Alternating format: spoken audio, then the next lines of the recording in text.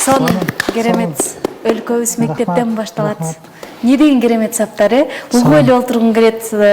Журналисттер да бул жакта мугалим болгусу келип кетти. Буларды уккандай дал ушул улуу кесипти аркалаган биздин кесипкөй инсандарыбыз мугалимдер.